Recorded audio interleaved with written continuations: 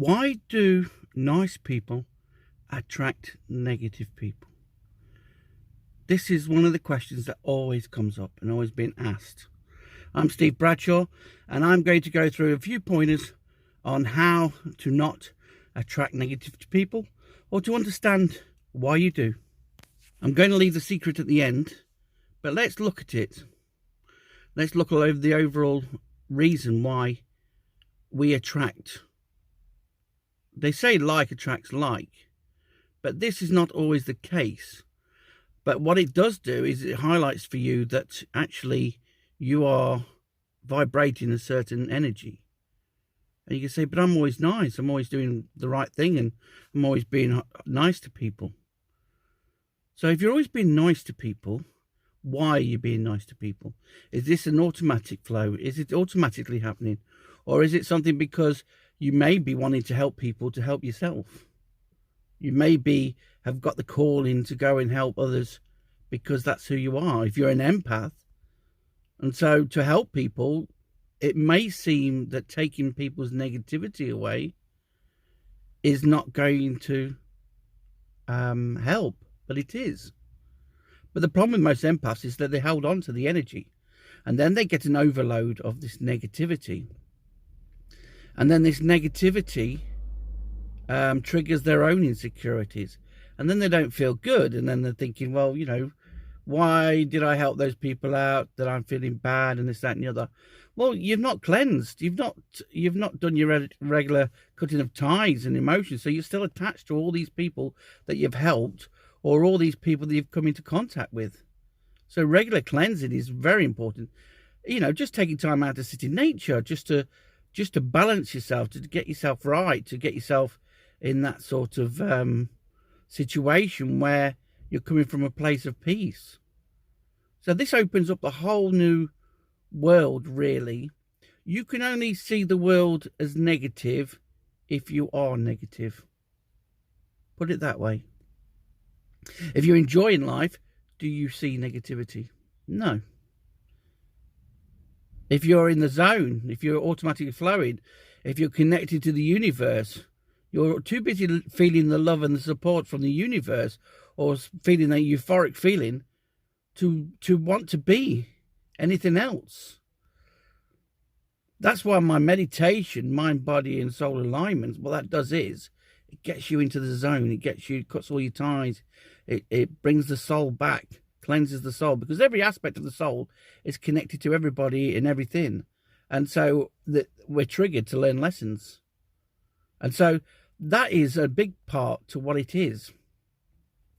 This is the big thing. The more I became connected, the less I saw the world. I saw the beauty in the world.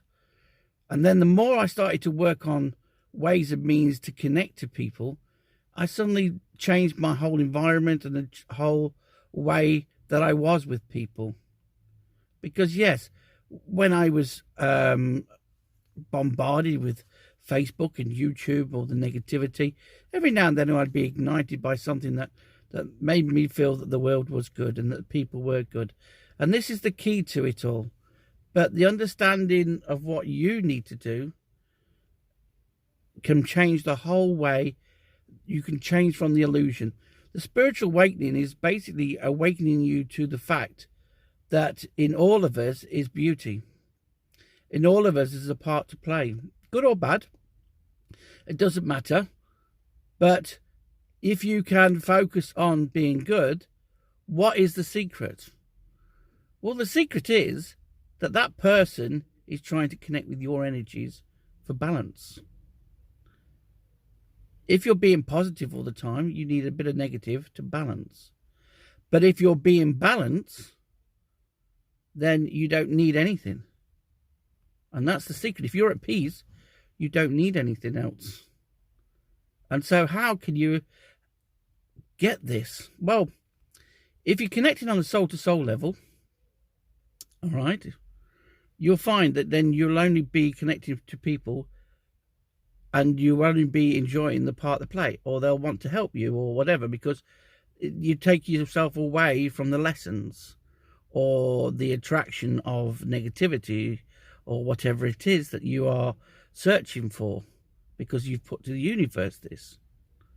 So you have to come from a place of peace.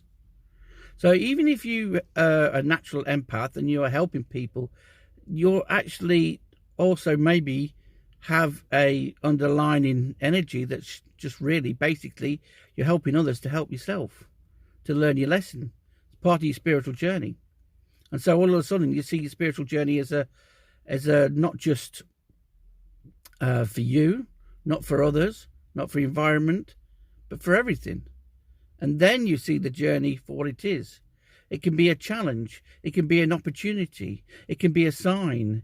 It can be a part of your evolving into a better person, because all your sacrifices, all your pain triggers you more to come out of the illusion, to reconnect to who you are. And that is the key to it all. And then you're aligned once more with the universe, which means you can have more good things happen, more brilliant situations, more memories, more creation, more passion, and all of a sudden your whole world changes. And so really, people be who they are, and they always say to me, but I'm being kind, I'm helping people out. But if you were in the automatic flow, if you were truly connected, if your mind, body and soul was aligned, then you'd be coming from a place of balance. And so you don't need anything else. You wouldn't need negativity or positivity to make you complete anymore. You're already that. And so learning to get into that connection, or learning to allow the connection to flow through you, really is the key, because you're already connected.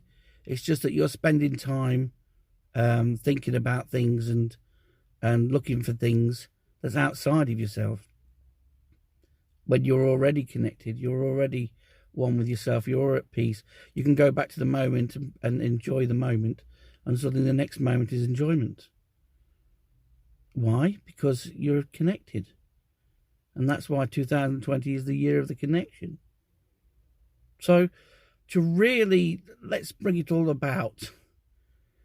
Because of who you are, and you being nice and caring, and then you're going to attract people who need to be like you, who want to be like you, who want to be loved and supported, who want to feel your energy, who want to be ignited, who want to feel alive again.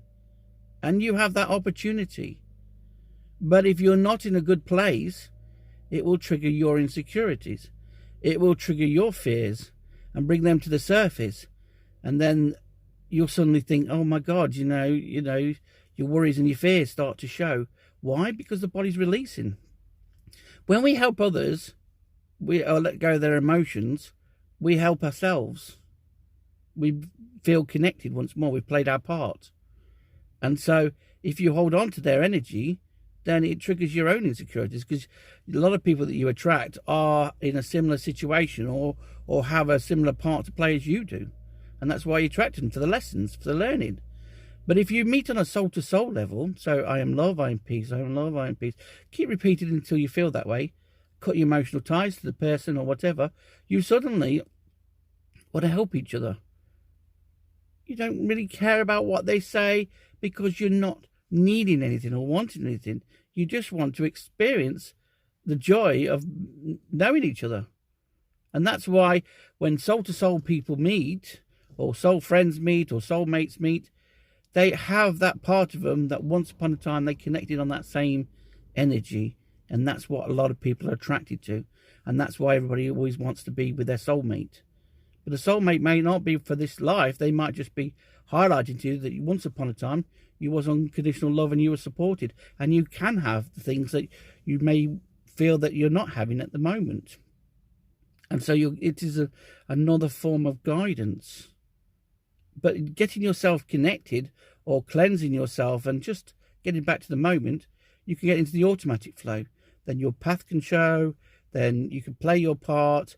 And it doesn't matter if people can't get what you're doing or whatever.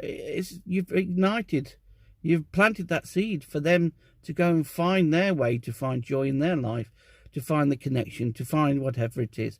And so you've done your thing. You played your part.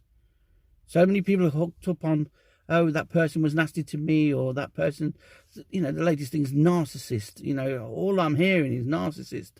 And don't get me wrong, I've lived with a narcissist. But that, when I got down to the deep-rootedness of what the narcissist was, there was a person who was so lost that they had to defend themselves by trying to reflect everything. They didn't feel in control. They didn't feel loved. They didn't feel supported, you know. And so what happens? Most people, they go and then hurt people. They still have a choice, and they will learn the cause and effect of that. But deep down, they're like all of us. We just want to be loved and supported. And don't get me wrong, they will learn the lessons of what they do, and like negative people will do. They'll have to learn the lesson because cause and effect will happen. But if you feed the cause and effect, if you feed the negativity, you just give them more energy to do more.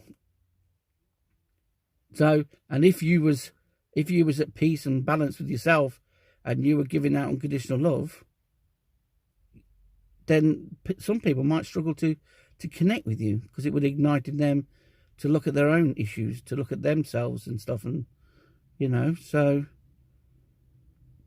being who you are is your connection. Playing your part is your connection.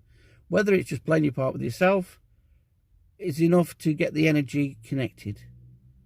You know, you're creating the good energy around you by being connected, by playing that part. So look out for more information as I note down anything that ignites me or gives me information. And we'll see you again.